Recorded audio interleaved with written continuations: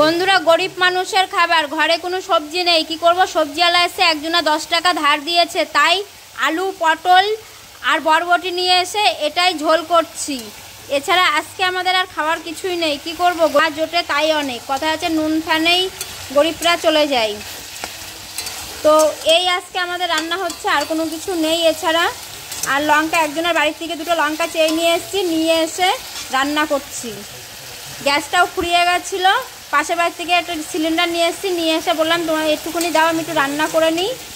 তো সে সিলিন্ডার নিয়ে এসে দিয়ে গেল, তাই একটু রান্না করছি।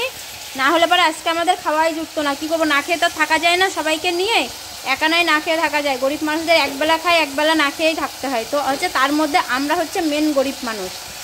তো আজকে দেখতে আমাদের সবজি, আপনারা দেখতেই পাচ্ছেন, এই হচ্ছে আমাদের সবজি, আলু, পটল আর বরবটি আর কাঁচা লঙ্কার ঝোল। পুরো ভিডিওটা দেখার জন্য ধন্যবাদ। ভালো লাগলে লাইক, কমেন্ট, শেয়ার করে দেবেন আর অবশ্যই পাশে থাকবেন।